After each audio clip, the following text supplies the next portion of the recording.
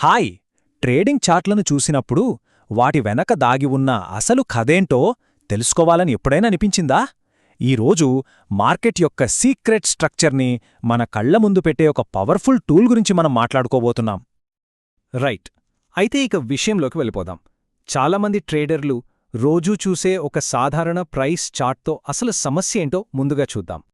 ఒక్కసారి చార్ట్ చూడండి. దీన్ని చూసి ప్రైస్ నెక్స్ట్ ఎటు వెళ్తుందో ఖచ్చితంగా చెప్పగలమా? చాలా కష్టం కదా. అంతా కన్ఫ్యూజింగ్గా, క్లారిటీ లేకుండా అనిపిస్తుంది. సరే, ఇప్పుడు ఈ కన్ఫ్యూజన్కి ఒక ఫుల్ స్టాప్ పెడదాం. దీనికి మనం మార్కెట్ అసలు బ్లూ ప్రింట్ను యాడ్ చేద్దాం. అప్పుడు చూడండి ఈ చార్ట్ ఎంత క్లియర్గా మారిపోతుందో. ఇప్పుడు చూడండి, అదే చార్ట్కి మనం వాల్యూమ్ ప్రొఫైల్ జోడించగానే ఆ మ్యాజిక్ లెవెల్ ఎంత క్లియర్గా కనిపిస్తుందో. ప్రైస్ ఎగ్జాక్ట్గా ఆ పాయింట్ ఆఫ్ కంట్రోల్ దగ్గరే ఎలా రియాక్ట్ అయ్యిందో గమనించండి. ఇది మనం గెస్ చేసింది కాదు, మార్కెట్ డేటాను చదివి తెలుసుకున్న విషయం. ఓకే, ఇంత పవర్ఫుల్ టూల్స్ గురించి ఇంకొంచెం వివరంగా తెలుసుకుందాం. అసలు ఈ వాల్యూమ్ ప్రొఫైల్ ఏంటి, పాయింట్ ఆఫ్ కంట్రోల్ అంటే ఏంటి, ఇప్పుడు డీకోడ్ చేద్దాం రండి. సాధారణంగా మనం కింద చూసే వాల్యూమ్ బార్స్ ఉంటాయి కదా, అవి టైంని బట్టి వాల్యూమ్ చూపిస్తాయి. కానీ వాల్యూమ్ ప్రొఫైల్ అలా కాదు.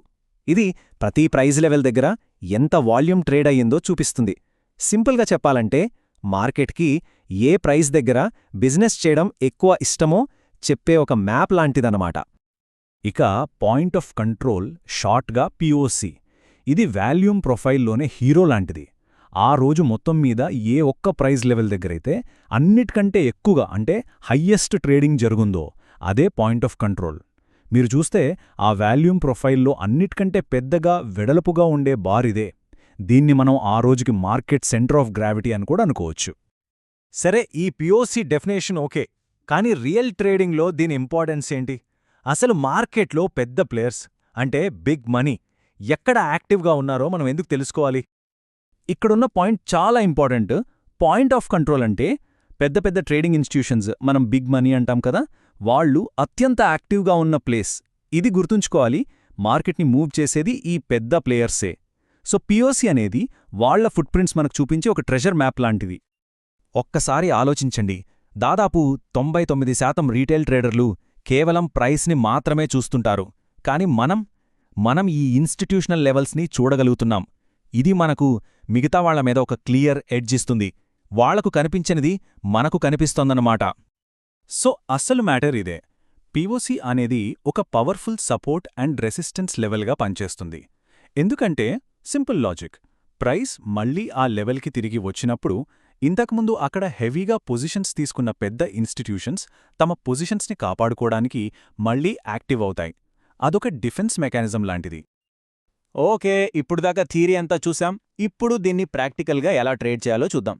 దీనికోసం ఒక సింపుల్ కానీ చాలా పవర్ఫుల్ స్ట్రాటజీ ఉంది. ఎవరైనా సరే ఈజీగా ఫాలో అవ్వగలిగే ప్లాన్ ఇది. ఈ స్ట్రాటజీ పేరు పిఓసి పుల్బ్యాక్ మెథడ్. ఇందులో 4 సింపుల్ స్టెప్స్. స్టెప్ 1, ఒక క్లియర్ పాయింట్ ఆఫ్ కంట్రోల్ని ఐడెంటిఫై చేయాలి. స్టెప్ 2, ప్రైస్ అక్కడినుంచి దూరంగా వెళ్లేదాకా వెయిట్ చేయాలి.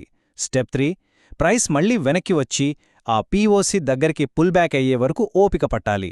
ఫైనల్గా స్టెప్ 4, ఆ లెవెల్ని ఫస్ట్ టైం టచ్ చేయగానే ట్రేడ్లోకి ఎంటర్ అవ్వాలి. చూసారా ఎంత సింప్లో? ఈ లాంగ్ అండ్ షార్ట్ ట్రేడ్ సెటప్స్ని చూస్తే ఇంకా క్లియర్గా అర్థమవుతుంది. లాంగ్ ట్రేడ్ సెటప్ చూడండి. ప్రైస్ పిఓసి నుంచి పైకి వెళుతుంది, మళ్లీ కిందకి పుల్ బ్యాక్ అవుతుంది. అప్పుడు మనం బై ఎంట్రీ తీసుకుంటాం. ఇక షార్ట్ ట్రేడ్ సెటప్, దీనికి కంప్లీట్ ఆపోజిట్.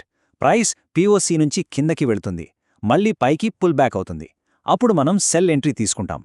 లాజిక్ చాలా సింపుల్ కదా? సరే, బేసిక్ స్ట్రాటజీ ఇప్పుడు మనకు అర్థమైంది.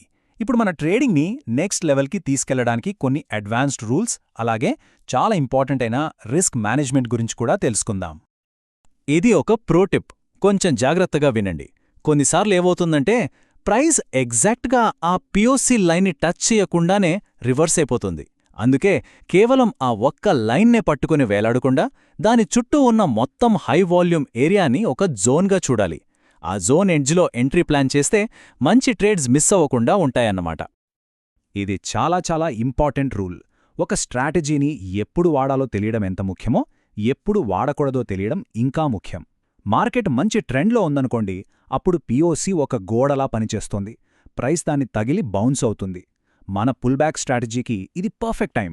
కానీ మార్కెట్ సైడ్వేస్లో అంటే ఒక రేంజ్లో కదులుతున్నప్పుడు పిఓసి ఒక మ్యాగ్నెట్ లాగా పనిచేస్తోంది. ప్రైస్ని తన వైపుకు లాగేసుకుంటోంది. ఇలాంటప్పుడు పుల్ బ్యాక్ స్ట్రాటజీ అస్సలు వాడకూడదు. ఇక్కడ పిఓసి మన ఎంట్రీ పాయింట్ కాదు, మన ప్రాఫిట్ టార్గెట్ అవుతోంది. రైట్. ట్రేడ్లోకి ఎంటర్ అయ్యాక దాన్ని ఎలా మేనేజ్ చేయాలో చూద్దాం.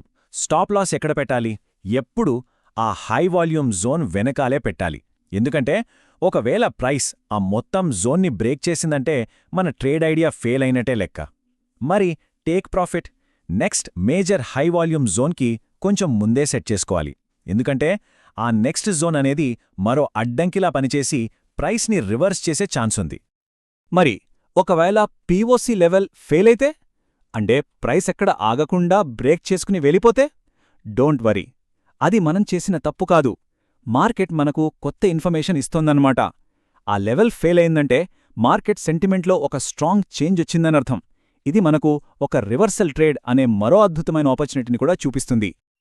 సరే, ఇప్పటిదాకా మనం డిస్కస్ చేసిన కీ పాయింట్స్ అన్నింటినీ ఒక్కసారి క్విక్గా రివైజ్ చేసుకుందాం.